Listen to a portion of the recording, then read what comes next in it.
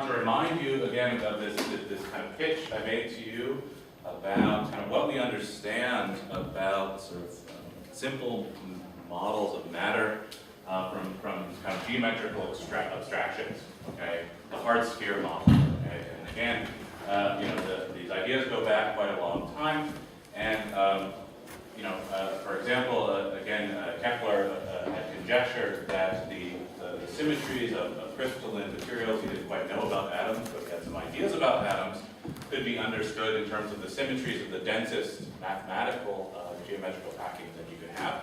Okay, and this motivated the idea that crystalline materials could form hexagonally close packed or FCC crystals. And as I said, incidentally, this was known to be true for probably, known by humankind for 10,000 years, but only proven to be true mathematically in around 2001. I think that's right. And just by comparison, even though these materials that I'm calling filamentous matter are also sort of ubiquitous and are very important to society and the structure of living organisms, I would say we know kind of almost nothing. Okay. Even very simple questions about, given a structure of a bunch of mathematical filaments, what are the optimal packings of these materials? Okay, and I would say until relatively recently, we haven't really started asking those questions. Okay, and so some of those questions are what I want to tell you about today, and some things that we've learned about them. Okay, and I'm going to come back to. Oops, come on, thank you. No. Come back to this question and this structure. Okay, so we're still, we're going to think about the same problem, but we're going to think about it from a different point of view.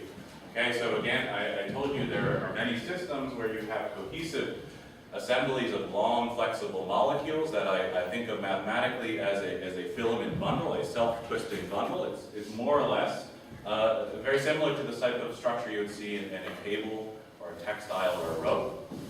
And what I told you. Again, was this fact, and I haven't yet proven it to you, but I hope that I can prove it to you, at least in pictures today, that any measure of twist in the structure makes it geometrically impossible to evenly space filaments in the cross-section. Okay? And therefore, the question of, given a certain amount of twist in this material, which may be determined thermodynamically through the interactions between these chiral strands, or may be fixed through some mechanical or manufacturing process, leads to a sort of non-trivial impact on the optimal packing of the cross-section. Okay, so the thermodynamics and the structure of these optimal ground states of these materials is a highly complicated and an unsolved problem. And all I can say, to the extent that we understand it, is that we now understand that it's related to another problem that we've been trying to solve for 100 years. Maybe if we can solve that problem, we'll solve this one. Okay, so again, I want to focus our attention on a filament bundle which has some lateral radius r, and it has some rate of twist capital omega, and again, the product of omega times r can be related to the angle the filament makes of the outside of the bundle with respect to the twist axis. Sometimes I'll call that the twist angle. Okay, and that's it. So what is the problem? Okay, so first of all, in the previous lecture, we already discussed sort of one sort of problem that arises, and it has something to do with the fact that these filaments at the outside, they sort of tilt towards one another and they introduce some sort of compression. Okay, and I told you there was no way that these filaments could get rid of this compression. There's no way to solve this problem. It's impossible. Okay? So how exactly can that be true? So let me try to show you some of the ways that we've learned to understand the nature of the packing problem when we pack filamentous structures. Okay? And the way we can do this, in fact, is really just looking at various three-dimensional reconstructions of these filament packings. Okay? And we'll start simple. We'll start with two filaments. And we'll take two filaments, a green one and a blue one. And this is a model that I'll call the flexible tube model. These filaments, I'm free to bend them in any way I want. I can move them around in any way I want, but they have some fixed diameter d that can't overlap with the neighbor. Okay? And so a structure of two strands wound together, sometimes in textiles or ropes, this is called a two-ply. N filaments packed into one concentric radius is called an N-ply. Okay, it's a very simple type of bundle. And so here's an example of a slightly twisted two-ply. And what we're going to do is we're going to take this structure and we're going to saw it in the horizontal plane, the XY plane, which is transverse to the Z-axis. And look at the intersection of these tubes, shown here. Unfortunately, I've shown you the mirror image of this intersection.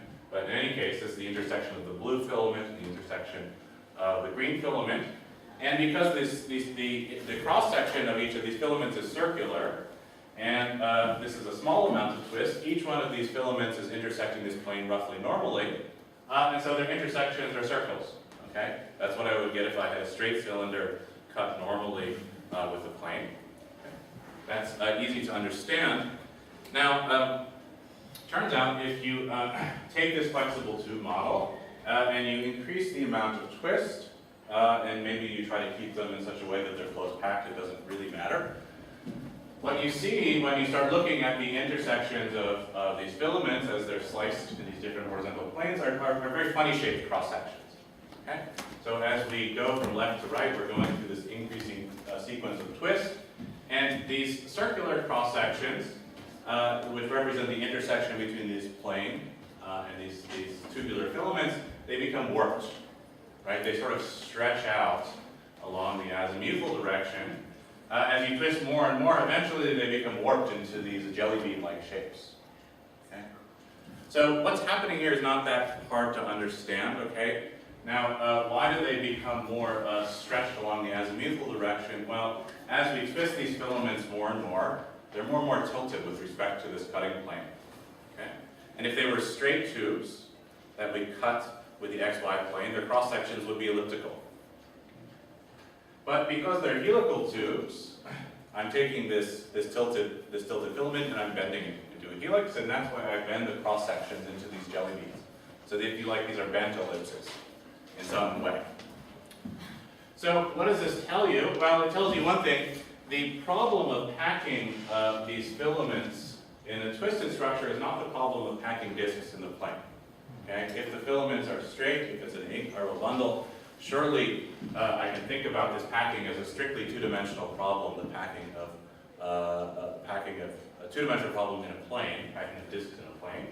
But as I twist it, if anything, this is a problem of packing these jelly bean-shaped filaments, or these banana-shaped filaments, or these crescent-shaped cross-sections in the plane. And the shape of these cross-sections seems to change as I change the amount of twist.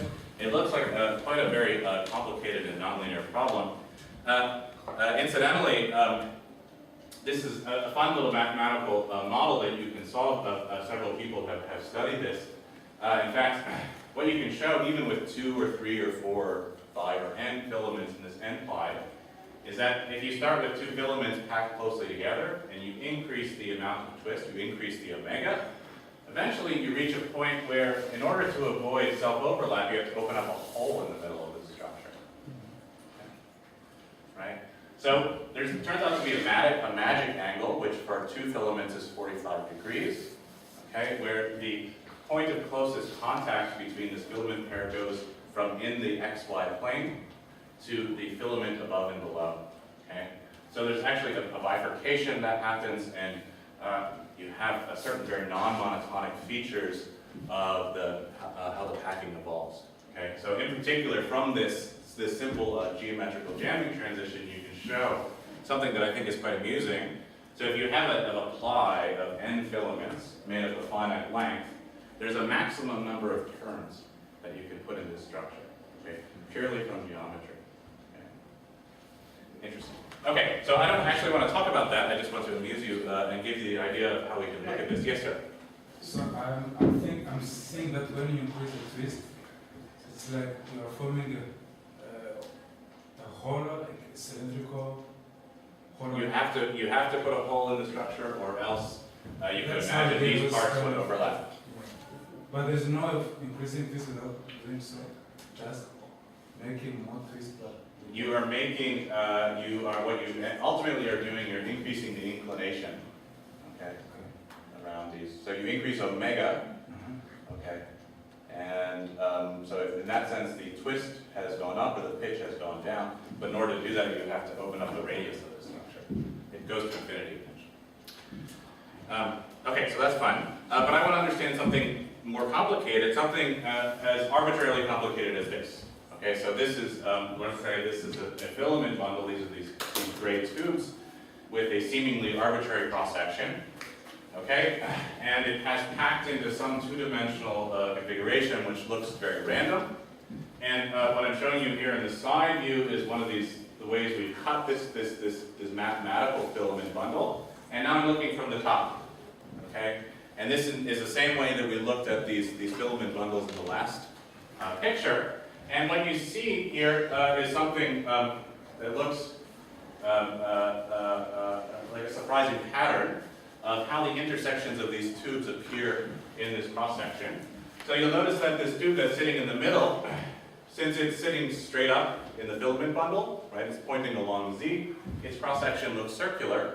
But as I move out from the center of the bundle, the cross-sections become more and more elliptical, more and more like these jelly bean-like shapes. Okay? And what's happening there, of course, is that these filaments here at the outside of the bundle are more and more tilted with respect to this cutting plane as you move away from the center. So here's something kind of amazing, and also amazing that we have managed to understand this.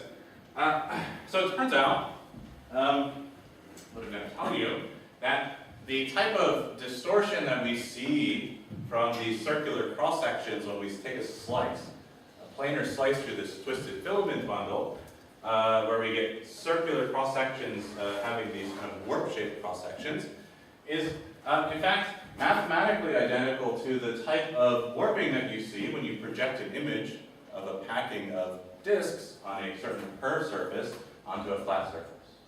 Okay. So what do I mean by that? Well, here's an example. This is an image of a sculpture of disks welded into a surface of roughly spherical. Okay, and it's projected onto this flat screen. It's roughly flat.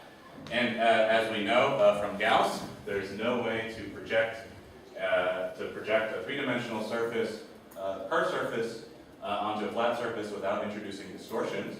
So what we see in this image, these disks that sit in the center of the image in this projection, which is called an orthographic projection. Essentially what you do is you take the XYZ coordinates and you squash them down to the XY plane.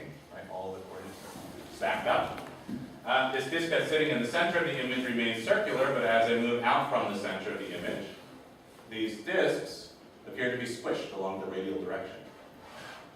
They maintain roughly their same size along the azimuthal direction. And so this type of distortion in this picture is, in fact, mathematically related to the same type of distortion we see in this picture. Okay? Although this is coming from a filament bundle. Now you'll see immediately, of course, that this is not quite the right projection of this image. Why is that?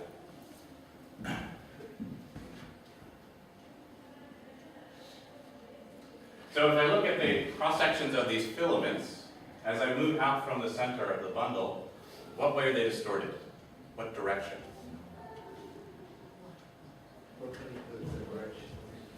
Right, they're distorted along the hoop direction, okay?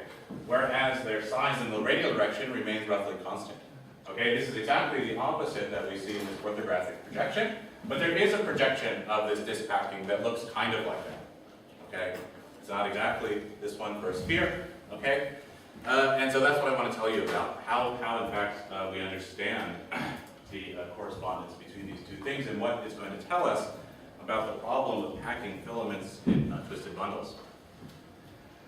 Okay, so the issue is, why do we have this sort of secret correspondence between packing in these twisted filament bundles and packing on some sort of abstract surface?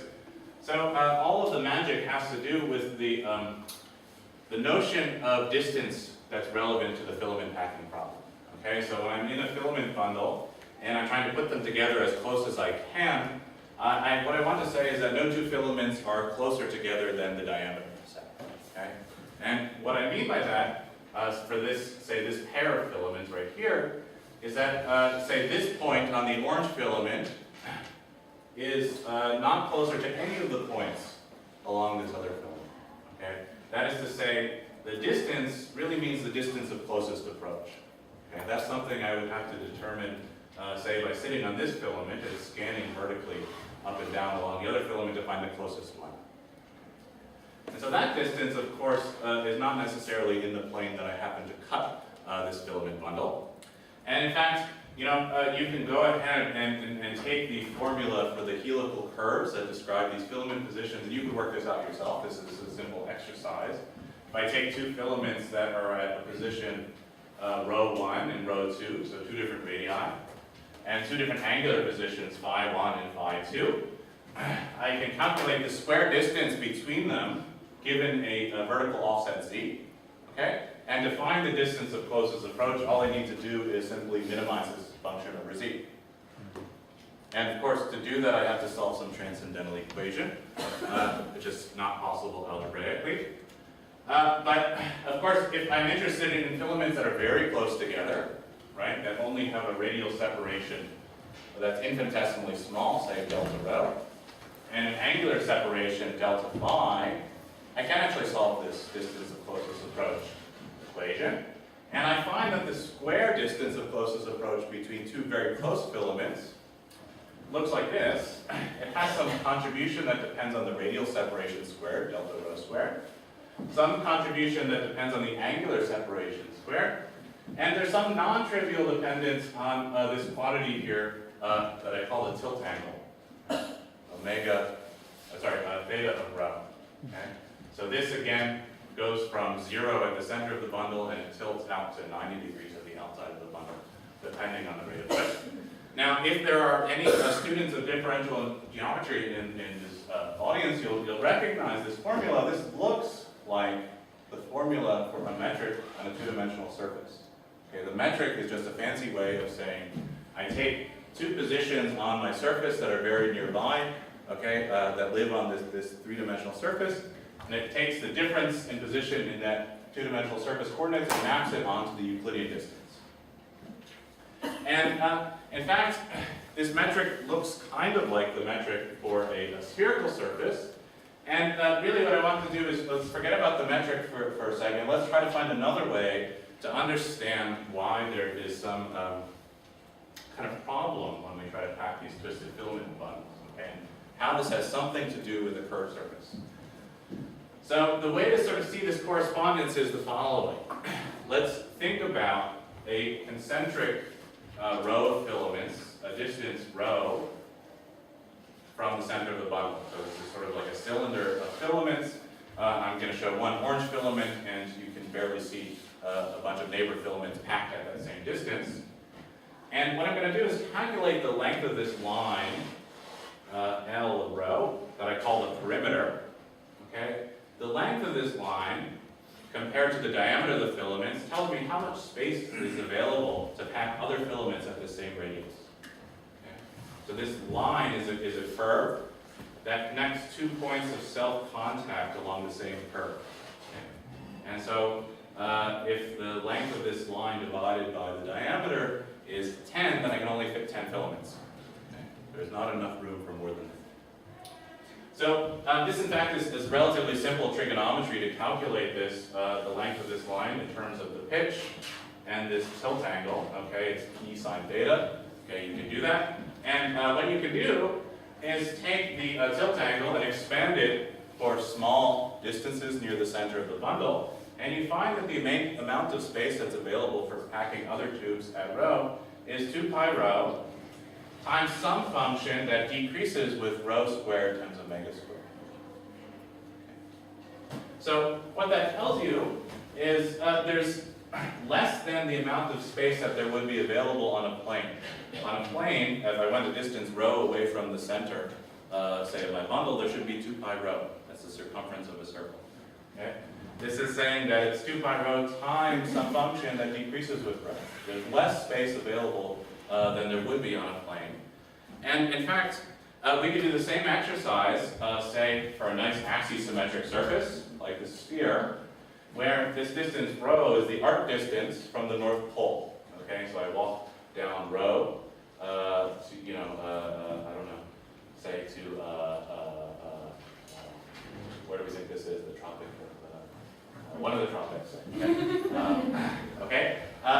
measure the length of the latitude, okay, that's this red line. Okay, that's very easy to calculate in terms of the radius of the Earth and the polar angle.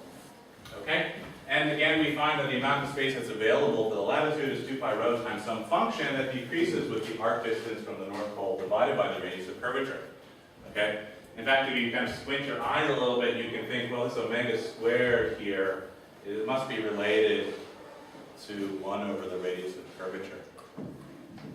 So if I let you stare at this for a little bit longer, you would realize that these two surfaces, though they might match up near the North Pole, they don't match up when you go very far away from the North Pole or far away from the center of the bundle. Okay? That's because this tilt angle in the bundle only goes from 0 to pi over 2 to 90 degrees when you get very far away from the center of the bundle, whereas on the sphere, you go all the way around from 0 to pi. Okay? It closes on itself. So this is not quite the right surface to encode the perimeters for a twisted bundle, but we can go ahead and construct this. So this is the surface that evidently encodes the radial dependence of the latitudes as a function of distance from the if you like, the equivalent North Pole. Okay? So this surface has the metric that I calculated on that last slide, and what it means in the end of the day is that this is a surface that encodes the metric properties of all filaments in this twisted filament bundle. So that means that if I want to know the distance between any two pairs of helical curves in this bundle, I need to measure the geodesic distance between equivalent points on the surface. Right?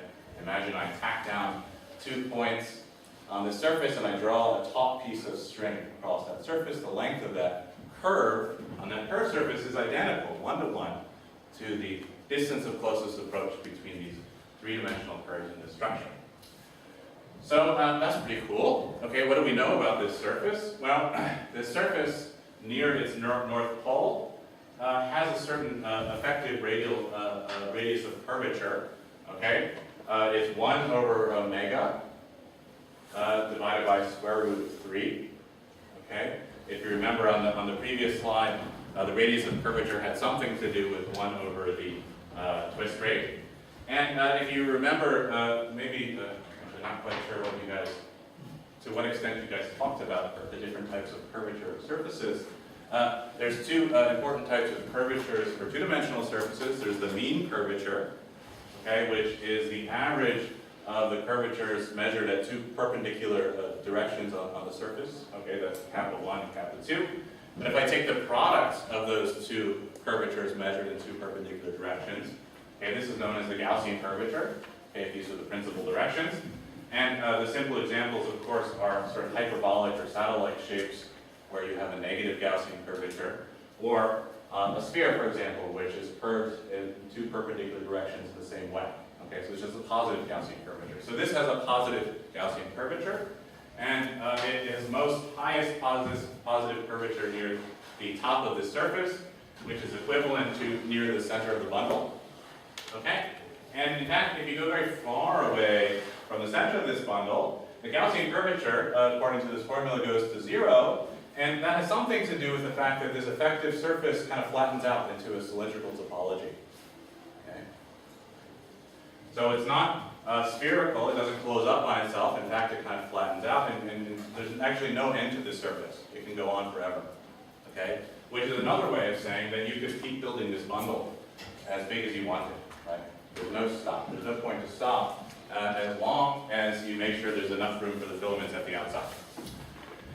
So, okay, so this is a very nice and deeply mysterious connection between these two problems, which, you know, is quite amusing in many ways, but what it tells us really is that these sort of two fundamentally different problems are in fact secretly identical, okay? So if I really wanted to solve the problem of packing these curved filaments into a three-dimensional twisted filament bundle, okay, I could equivalently solve some sort of packing problem on the surface, right? Okay, and that's particularly interesting because this surface has Gaussian curvature, okay, and we know, or we've learned over the years, that when we try to solve problems of ordering that takes place on surfaces of Gaussian curvature, for example, when a liquid crystalline material tries to order in some way on a surface with non-zero Gaussian curvature, there's frustration. Okay? And for the case of packing problems on surfaces of non-zero Gaussian curvature, these are also known to be frustrating. Okay? So there's no regular packings, okay, in general available to a surface with non-zero Gaussian curvature.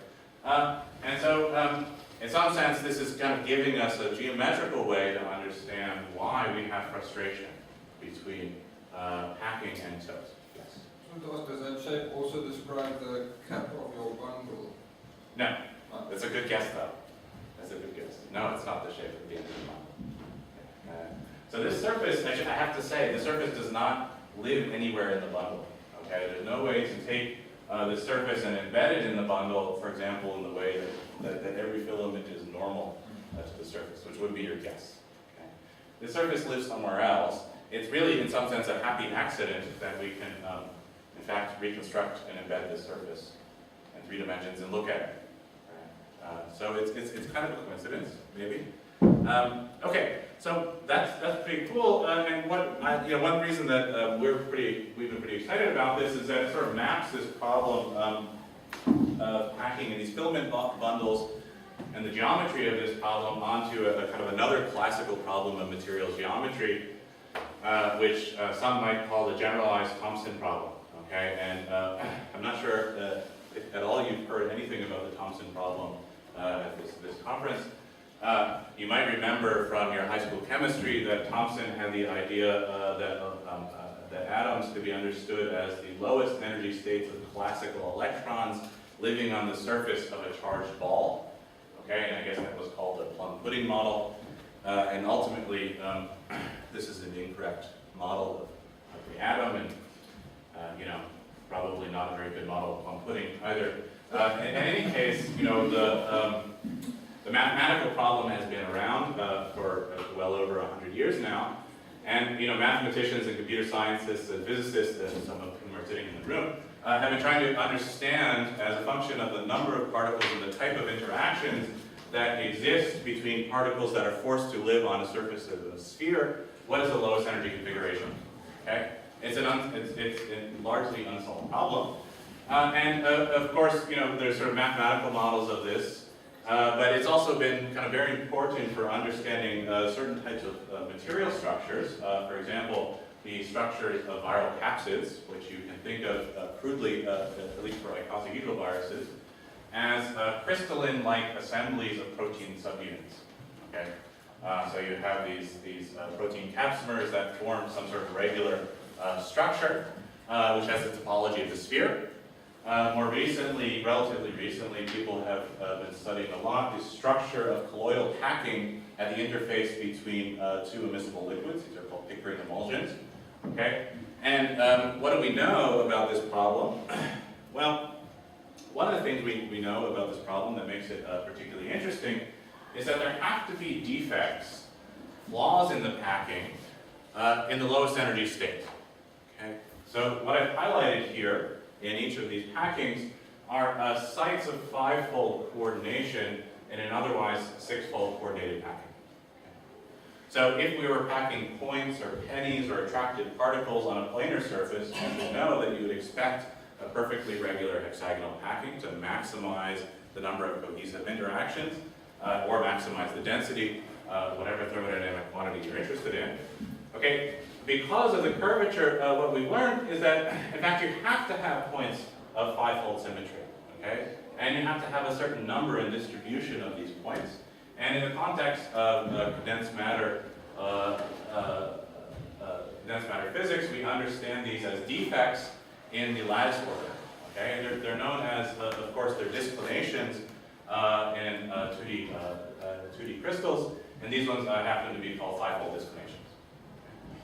So, okay, what we're going to do is try to take advantage of this mathematical mapping between packing twisted bundles and packing on curved surfaces to try to say something new about the optimal packing of twisted bundles that we can learn through this analogy. But before I do that, I need to just tell you a little bit about what we know about what's called the phenomenology of the relationship between curvature and defects in membranes. And so, okay, first, what are the types of defects we're talking about? So we're going to talk about defects that I can visualize in this way. I take a perfectly regular crystal and I cut out a 60-degree wedge. Okay, somebody described this. It was Rasko. Rasko described this like you walk into a room and there's a pizza on the table with 6 slices, and you take one slice out and you eat it. And then other people start to come in and you don't want them to know you ate the pizza, so you close it back up.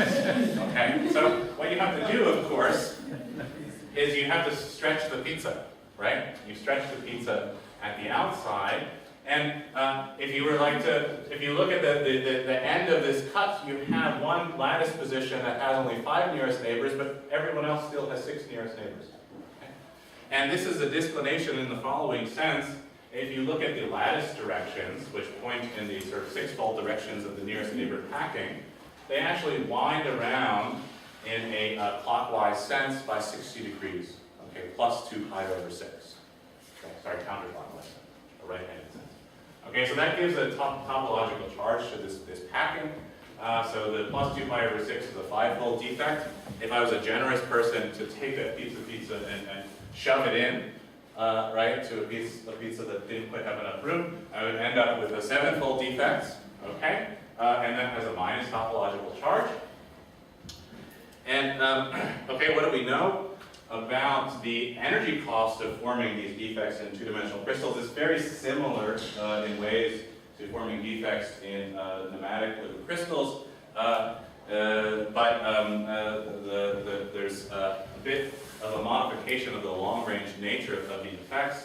Okay, this is work which goes back to David Nelson and a number of collaborators. Okay, so basically the idea I want you to have in mind is you have these topological charges, okay, and they generate stresses in the packing. Okay, the stress is sigma. Okay, and the fundamental equation that governs the stress is known as the compatibility equation. Okay, so we have the elastic modulus of the lattice, some operator here that looks like, well, it is a Laplacian, it's a 2D Laplacian. Okay, and on the right-hand side, we have these sources of stresses, which turn out to be the locations of these point defects. Okay, so the point defects are like monopoles in some analogous electrostatic theory. Okay, they're monopoles, they generate stress. So a plus defect, you might imagine, would generate a positive stress, okay, would be tensile, and a negative defect would generate a negative stress, which would be compressive. And we can go ahead and calculate the elastic energy. So the story gets a bit more interesting when we include the curvature of the membrane. Okay, it turns out the curvature also can generate stresses, right? Because it's impossible to have a perfect lattice order on a surface of non-zero Gaussian curvature, so that can also generate stresses. Cleverly, this appears with the opposite sign.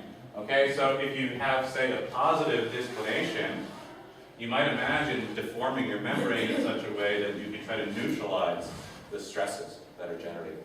Okay. So we see there's some sort of fundamental coupling between the nature of the charge of these lattice defects and the Gaussian curvature, which is actually very similar to the way that works for liquid crystals, although the energy cost is different. And so you can show sort of 2 types of results from this, and one, comes from a classic, now classic paper by David Nelson and Sebastian Zung. You can show that if you force a membrane to have a defect, if it's flexible enough, eventually it becomes unstable. It's a buckling out of the plane. Okay? So it will adopt a non-zero Gaussian curvature at the expense of bending energy in order to reduce the elastic energy. Okay? So in this way, the defects will drive curvature if you have a flexible structure. But you could do the opposite thing, which was done most recently and most elegantly, perhaps by William Irvine and Vincenzo Vitelli in Paul Jakin's lab, where you can force a crystal to grow on a surface of a known curvature, okay, and measure the number of these topological defects that form as a function of the integrated Gaussian curvature. Okay, so this is a half sphere. So the integrated Gaussian curvature is half of what you would get if you had the full spherical droplet, say. Okay, that would be 4 pi. The integrated Gaussian curvature of this half sphere is 2 pi. And what they showed with a bit of fuzziness here on how we interpret this data is that the net number of the 5-fold defects, the 5s minus the 7s, is increasing sort of linearly. Okay, maybe not, but it's increasing with the integrated Gaussian curvature. And there's a more interesting story there that I won't have to tell you. Okay, but the basic idea is that therefore we should expect that the total charge of the defects in the membrane is going to be proportional to something like the integrated Gaussian curvature. This is how it works for membranes. If there's really this deep abiding connection between these two problems, we should expect the same results for bundles. Okay, so that's what we're going to borrow. And I should say, and I don't want you to, I know this is late in the day, don't stare at this. I just want to make one remark. This connection between the elasticity theory of flexible two-dimensional membranes and two-dimensional filament bundles it goes much deeper. And we talked yesterday about the presence of nonlinearity associated with the tilt of the filaments. It was N yesterday, today it's T, sorry. Okay, for flexible membranes, you have a nonlinear coupling between the deflection of the membrane out of plane, okay, and the in-plane displacements. And the consequence of that is this coupling between curvature and stress, okay? And it turns out that there's a similar operator, or an analogous operator, that will take your texture of your filaments, take some gradients of that, and tell you whether there's something like Gaussian curvature that lives in this bundle. Okay? So in the context of elasticity theory, this is known as, I think this is the second Foppel-von Karman equation. So Foppel and von Karman developed these equations roughly around 1910 in the context of elasticity theory of thin sheets. Okay, and well, roughly around 2010, we're deriving something that looks like the analog of the Foppel-von Karman coupling between the tilt of the filament and the stress in the bundle for filament bundles. Okay, and so if you were to go ahead and go through the steps, you would find that whatever appears on the right-hand side for twisted bundles has basically the same curvature that I told you from this geometrical mapping. And in truth, this is what we did first, and we didn't understand it for a couple of years. And I was really worried about this factor of 3 for a while. In any case, it turns out, indeed, there's really a reason to believe why the twisting of a filament bundle is formally equivalent to bending of a membrane into a certain shape. So you can take this theory and do things with it, like calculate the elastic energy of growing a bundle, as we did yesterday. So I don't want to talk about that. I want to talk about a more of a sort of straightforward way of assessing the effects of this frustration in a problem where we force bundles to form with a certain number of filaments and form with a certain degree of twist, and ask the simple question to a computer, what is the best way of arranging the position of the filaments to minimize the energy? Right? This was the suggestion of Isaac Russ, who was and is working with me at Amherst. So, okay, this is what we did. We fixed a number of filaments, we fixed the rate of twist omega, and we used various fairly simple methods to minimize over all the two-dimensional positions of each filament in the cross-section. And what we're going to minimize is something that we call the total cohesive energy. And the energy is very simple. Every filament interacts with the other filaments through a pairwise cohesive interaction of the following form. It looks something like the Leonard-Jones interaction. If I look at very short distances, the energy diverges. At a slightly larger distance, there's an attractive energy minimum. We'll call that distance to be the diameter of the filament, and then very far away, the interaction decays. The very important feature of this interaction potential is that it's measuring not the distance between the filaments in the xy plane that I used to model them in the computer, it's measuring the true distance of closest approach, which changes as I move around the filament model. So, okay, so what we're going to do is we're going to take this theory and do things with it, like calculate the elastic energy of growing a bundle, as we did yesterday. So in the context of elasticity theory, this is known as this is one of the first results that we looked at.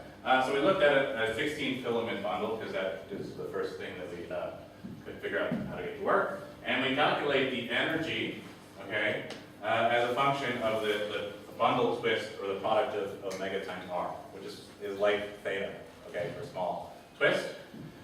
Each of these dots represents the lowest energy configuration that the computer could find. Okay.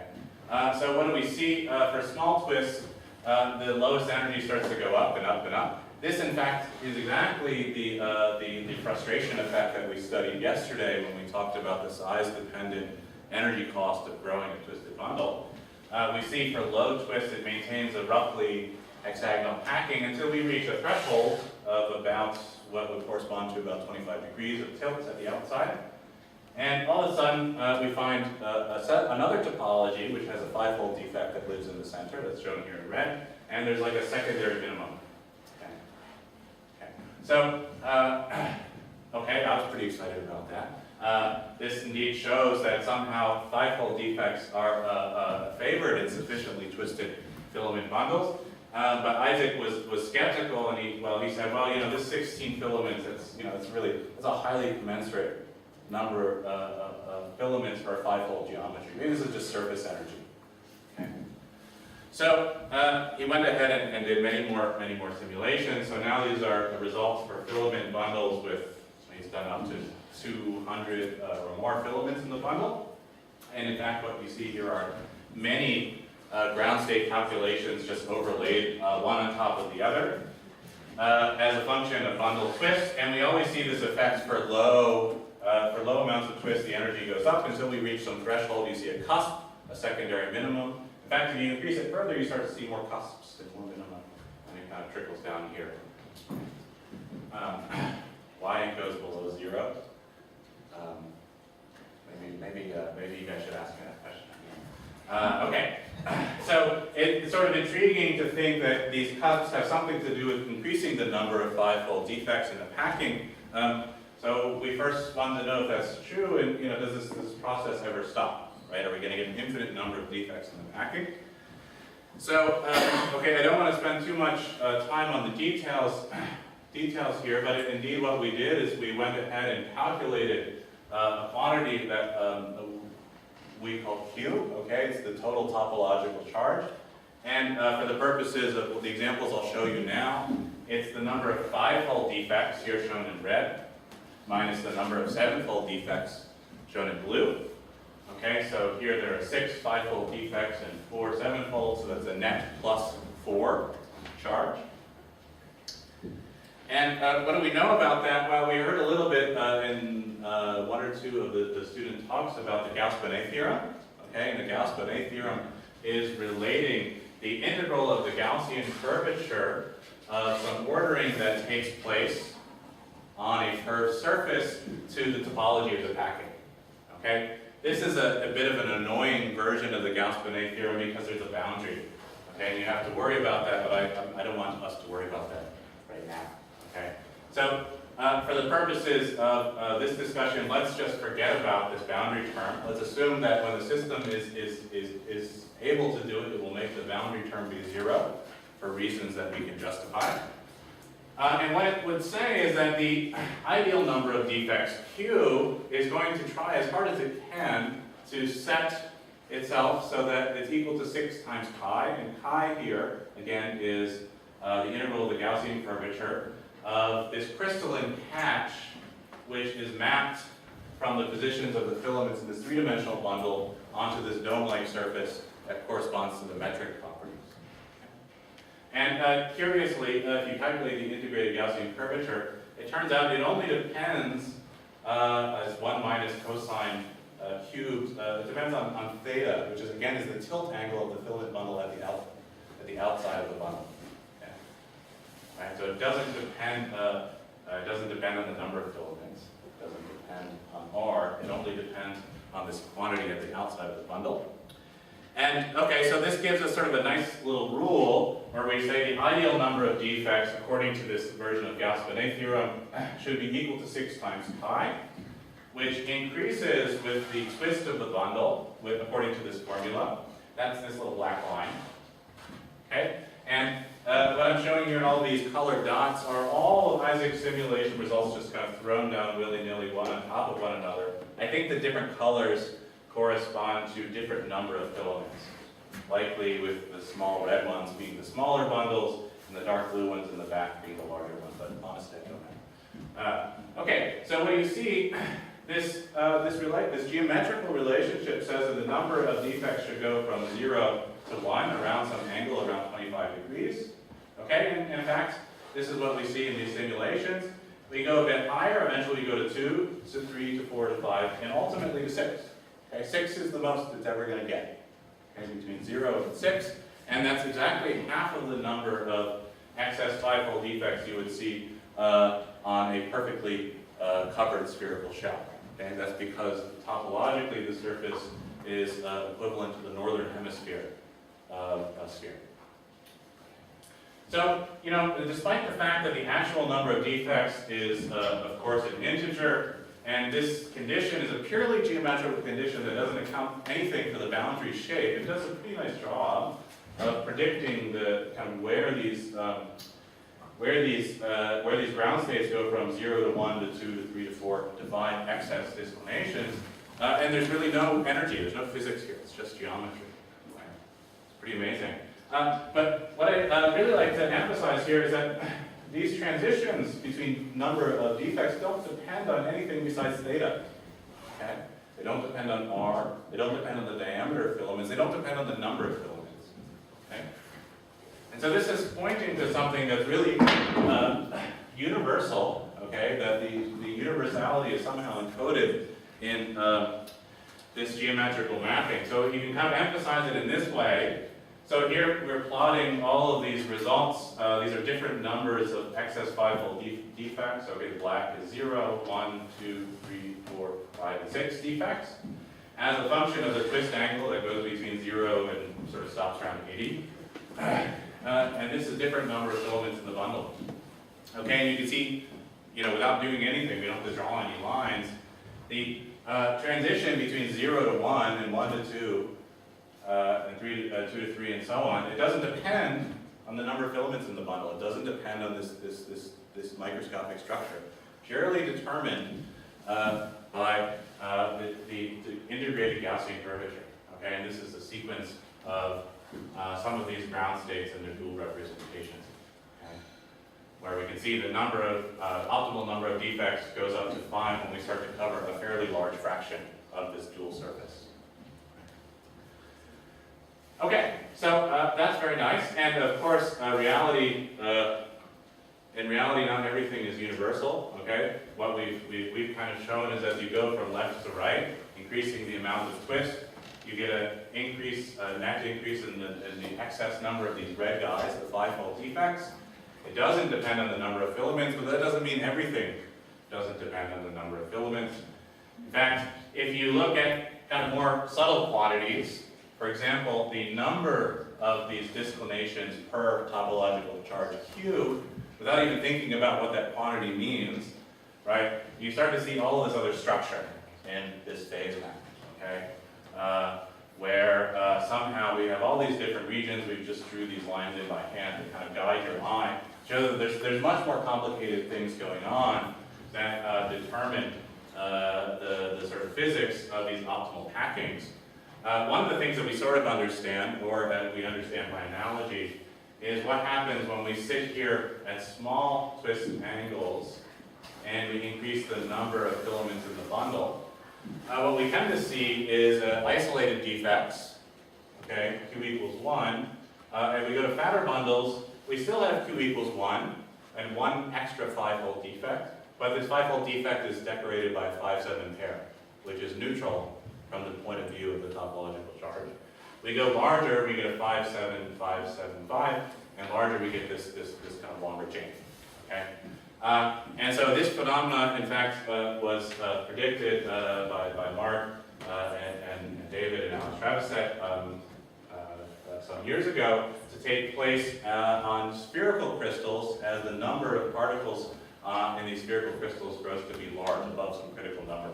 Okay, so you have a transition from these point-like topological defects to these more extended structures that they call grain boundary scars. So that roughly carries over from there, but there's all sorts of other fine business going on up here and other stuff over here that I'm not going to tell you about. So, okay, so I think what I want to try to articulate as such as I can is that what we have proven to ourselves at least is that we don't understand what the optimal packing of a twisted filament bundle is, but we know why we don't, okay? And in fact, what we know is that this problem is somehow related to the packing on curved surfaces, so as soon as Mark solves the Thompson problem for us, we'll somehow have the problem of packing and twisted filament bundles solved for free. Yes, there's a question back there. Yeah, when you say that the charge or the identical defects doesn't depend on the radius, I think, or the... Yes, the net charge. But intrinsically, doesn't the angle of the thing depends on the radius? Yes, so the way it depends on it, very good question, right? Let me actually write that on the board. There is a light switch somewhere? No, okay. I'll do it in the dark. I'll just go back to the slide. Very good. Can I do it? No. Okay, so let's put it this way. Okay, so omega r is, sometimes I call that the bundle twist. Now, it turns out that the angle, the tilt angle, and I'll try to write this very large so that you can see it, is determined by the product of these two things, okay? So it doesn't depend on r or omega independently, it depends on the product of thinking. Okay, so it's in the same way that for a crystalline raft that's growing on some portion of the sphere, it doesn't depend, the integrated charge doesn't depend on the number of particles or the size of the particles, it just depends on what fraction of the sphere it covers in some way. Okay. So that's that. So let me spend another few minutes. Stop, please. No, it just won't stop. To keep those on. Tell you about some problems that we we don't know quite how to solve it, but we have some ideas and how some of this may be applied in new areas. Okay, so here's one idea I just wanted to mention, and then we're kind of working with some collaborators to develop some experiments along these lines. So I told you that for the problem of a crystalline membrane, one way you could think about it was fixing the curvature that the membrane has to live with, right? So I force the membrane to form on a certain substrate that has a curvature, and then it will form defects in it. Okay, that's kind of this problem. But the other way you could think about it is you could force the membrane to have defects and allow it to change its shape in order to relax the energy. Okay, and that was in fact the original inspiration of this Nelson and Sung story, where kind of qualitatively you can kind of think of their prediction in the following way. They considered membranes with 5 or 7-fold defects, and they increased, let's call this the elastic constant, okay, or the elastic stiffness of the membrane compared to its flexibility to bending. And they find that once it reaches some critical stiffness, it undergoes bifurcation, okay, it becomes unstable to buckling out of the plane. For the case of a 5-fold defect, it wants to buckle like a cone. It has to break symmetry in some way. It has to choose between up and down. For a 7-fold defect, it apparently wants to make some sort of satellite shape. Okay? So that kind of gives you the idea that you wanted to make membranes that somehow knew how to choose their own shape and maybe change their shape in some programmed way. Maybe you could program certain topological defects that sit in the packing and trigger it, stimulate it to reversibly change between different shapes. So we have the idea, of course, that one way we can think about this problem is not in terms of letting the bundle choose what packing it has for a given twist to minimize the energy, but let's fix the topology of the packing, force defects into the structure, and see kind of what is the analog of the defect-induced buckling of a bundle. Okay? So I put certain distribution of defects in the packing and let it go. How does it choose its three-dimensional shape so as to minimize the energy? And we have sort of one idea that if we put a 5-fold defect in the middle of a bundle, it should twist itself spontaneously to relax the elastic cost of forming the defect, which is the analog of buckling like a cone. And this is something that Isaac was also testing with some relatively recent simulation results. Okay, this is a plot of the equilibrium tilt angle of filament bundles at the outside, or filaments at the outside of the bundle, as a function of this parameter here that increases with the elastic stiffness of the bundle. And you see, as the bundle is very flexible, it will twist a little bit, and eventually, if it becomes very, very rigid, it will twist to some maximum angle of roughly 30 degrees.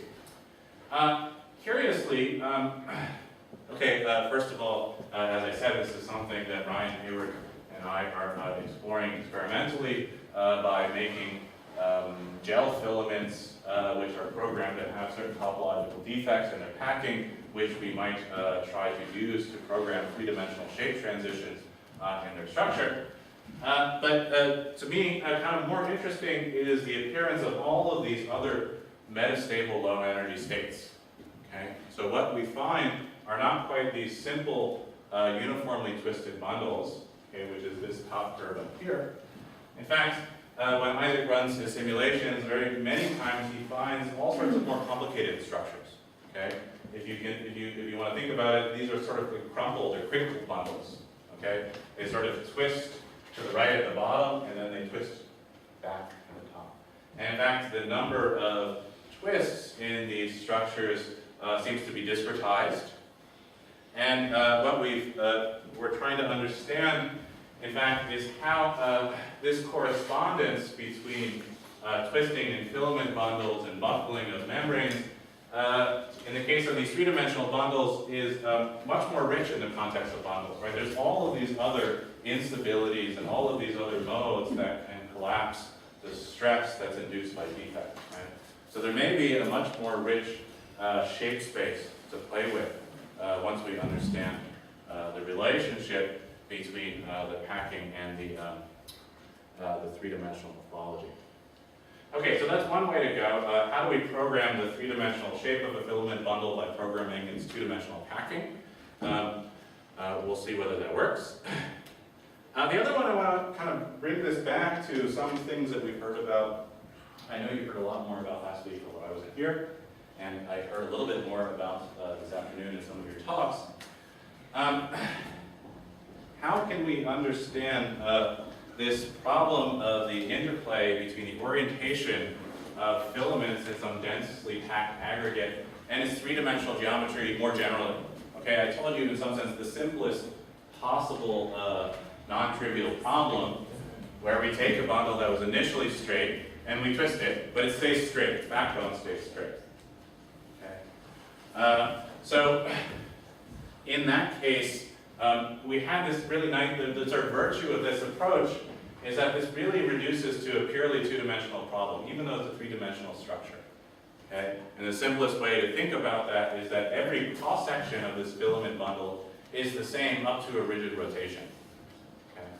So even though this packing problem is a two-dimensional problem on a curved surface in 3 dimensions, it's still only one two-dimensional problem.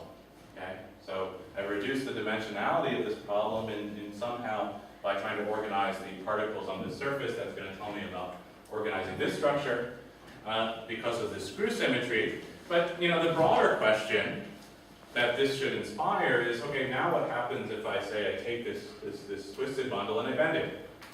Okay, let's think about kind of a more general class of deformations or a general class of geometries that these materials could have. And of course, well, there's all sorts of motivations for this. Toroidal aggregates of things like DNA have been studied in the context of polyelectrolyte properties of DNA. DNA which can be condensed in the presence of multivalent ions will self-organize into toroidal aggregates. You can barely see these in these pictures, but that's what you see here. This is the cross-section of this torus. Actually, relatively earlier, collagen was shown to form a self-folded and twisted aggregate. Okay, again, it's a bundle that's kind of folded up and twisted on itself. So that maybe that's a physical motivation to think about this problem. Right now, we're at the very early stages of trying to figure out kind of what is the analog of this structure for this problem, where I take a bundle which has, let's say, a uniform curvature of its backbone and a uniform twist. Okay? We haven't even gotten to the point where we know what the packing problem is. We're in the sort of pre-packing stages. Okay? So we have to ask ourselves the question, is there something, a class of structures for which we can construct a simple single metric, right? A single two-dimensional surface, for example, that if we could understand the optimal packing on that surface, it would tell us the optimal packing in this structure, is one question. And then, of course, once we identify that structure, or those set of structures, we have to solve the packing problem. Okay, so that's one step we're going in. And now, as I said, I want to try to bring this back because this should start to look familiar to some of the topologies that we've heard about in many different parts of the lectures in the school. So, well, again, so this is an example of a double-twisted topology. And there's an older story about trying to understand the organization of this liquid crystalline blue phase, which has something to do with the fact that this blue phase double-twist cylinder, it can't exist forever, right? As I go to larger and larger radius, double twist, in fact, just becomes single twist, right? It's only holosteric twist along the radial direction if I get very far away from the bundle. And it turns out that that's not true in a certain curved space. Okay, so there's a sort of a well-established pedigree of thinking about this problem in a funny abstract way. It turns out that problems of this blue phase structure, which has all of these extra topological defects, are very neatly solved by studying this in what's called the three-sphere. Okay, so what is the three-sphere? The three-sphere, like the two-sphere, which is the set of all points that live a certain distance away from the origin in three-dimensional Euclidean space, that's the two-sphere. Okay, the three-sphere is all set of points that live a certain distance. In this case, it's related to this parameter omega, away from the origin in four-dimensional space. Okay, so it's embedded in a four-dimensional space, but it is a three-dimensional object. Okay, a three-dimensional manifold, and it has positive curvature. All right, so that's pretty funny. And it turns out that this vector, this thematic texture, satisfies perfectly the double twist configuration everywhere in S3. Okay, so that's kind of amusing. So it gets better. It turns out that of course, the integral lines of this field, when projected back down to R3, where we live, you and I live, right in Euclidean space, they are, well, they look like this. Does this look familiar? Does anyone know the name of it? I've heard it called many names today. Hop vibration? The Hopf vibration. So this, in fact, is intimately related to the Hopf vibration. Okay, maybe you could think of this as a model of a Toron. Okay, it's a projection of the Hopf vibration. And there's an amazing thing about the Hopf vibration. It has various interesting orientational properties. What I'm going to tell you is some amazing metric properties. Okay, so yes, we know double twist gives you a certain orientational texture that can be embedded in R3. But if you start to ask very simple questions about what is the distance between these lines in the structure, right, which would correspond to the distance between filaments in the bundle, there's a very beautiful solution to the packing problem of twisted bundles that's available in S3 that's not available in R3. So it turns out that these lines, which are the links of the Hopf vibration, they twist around each other at a constant rate omega, and they're equidistant. Okay, that means that the distance between these two lines in S3, not in R3, right, in the curved space, right, they maintain the constant distance from each other. If you like, they're parallel. So it gets even better. In fact, this top vibration has this very beautiful property that every point, every curve, or every filament corresponds one-to-one to a certain point on a base space. Okay, it's called a base space, and the base space is a real two-sphere, right? The one that we know and love and can look at. Okay, and if I want to know the distance between any two of these filaments in S3, right, in this abstract space, it corresponds to the distance measured between the points in the base space. Okay? So it's really simply equal to the polar angle difference times the radius of the sphere in the base space, which happens to be 1 over omega. Okay. So this is a problem where the packing of filaments at a constant distance maps exactly to the packing of points on a two-sphere. And the only problem, of course, is that the filaments have to live in four-dimensional space, right? Okay, that's only one problem. Okay. So, some people have thought about this in the context of packing, and I think I have to end in 1 minute. Incidentally, they said that's great. Okay, the packing problem is solved. Okay, well, that's sort of half true. You still have to find ways of arranging spheres, arranging disks on a two-sphere in such a way as to optimize an energy. So you still have to solve the Thompson problem. Okay, so it's not really solved. There are certain special sizes of disks, for example, that are perfectly commensurate with packing on a sphere, but they're sort of extraordinary. But the real problem is that you have to figure out how to rescue this ideal structure that lives in R3 and bring it, S3, and bring it back down to Euclidean space. Okay, and when you do that, all sorts of bad things happen. Okay, so bringing this back down from S3 to R3, okay, the sort of usual projections look kind of like this.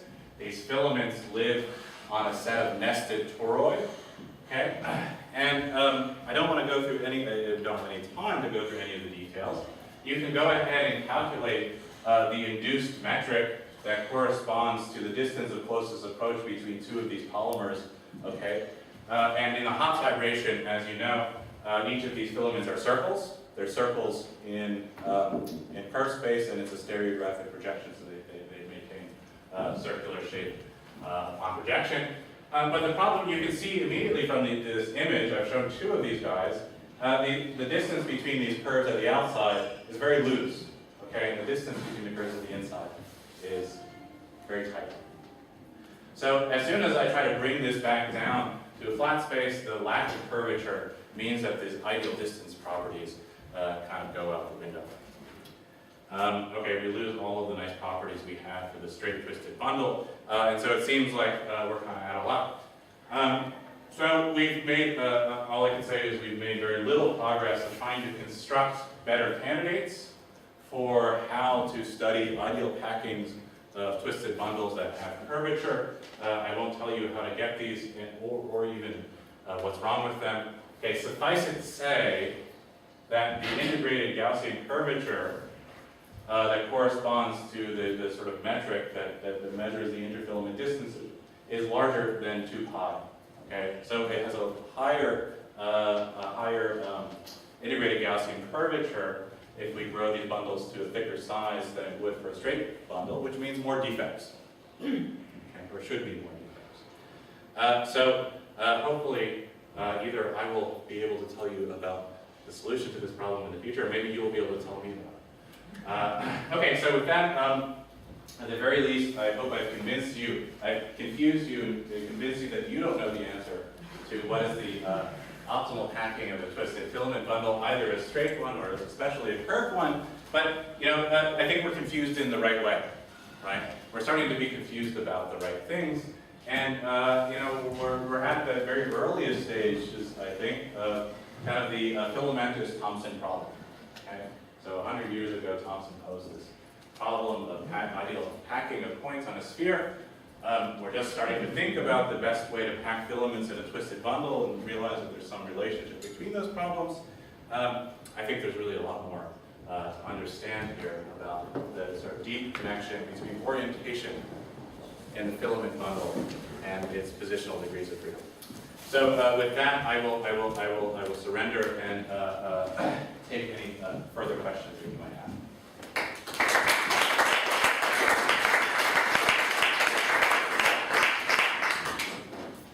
Thank you, great. Very nice. Do you have any questions?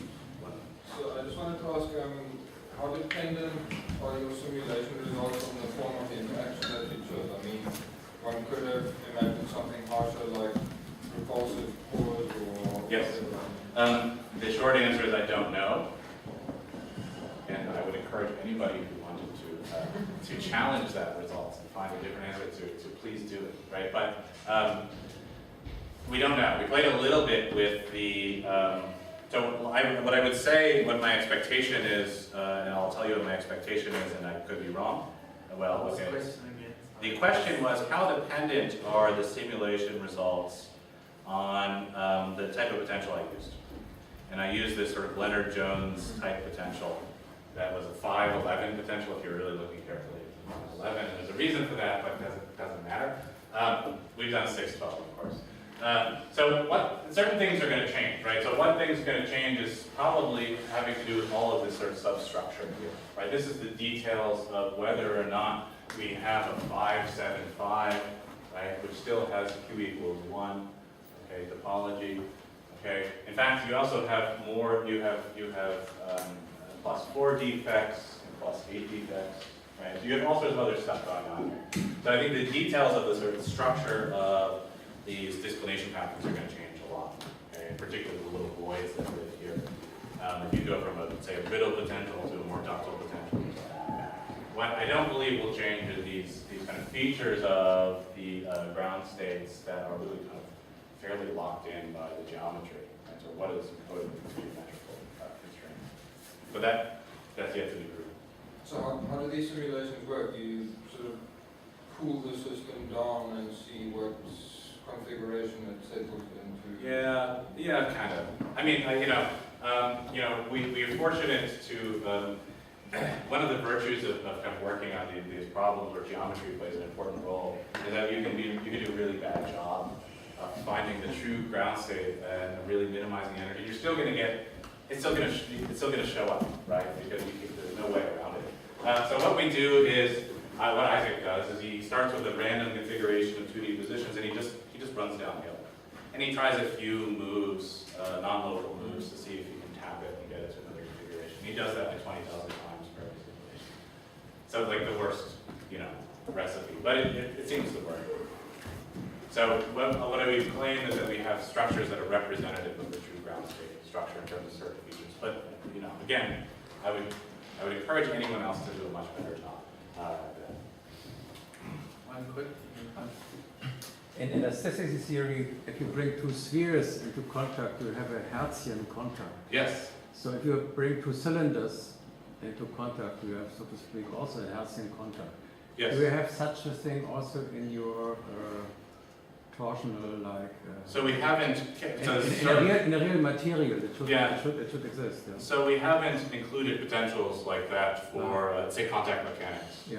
Okay, so I think it's just kind of related to your question of a purely repulsive potential, say, under confinement. So contact mechanics is an issue. I mean, if you want to construct a bridge or so, you have... Oh, yes. No, I know. I mean, I think there are other issues. For example, what happens when you apply tension on these filaments? Because filaments at the outside of the bundle are going to be pulled towards the center, and they're going to generate stresses that interact in a non-trivial way with the... So there's a whole other axis of the phase diagram which we've not explored fully, in addition to the interaction potential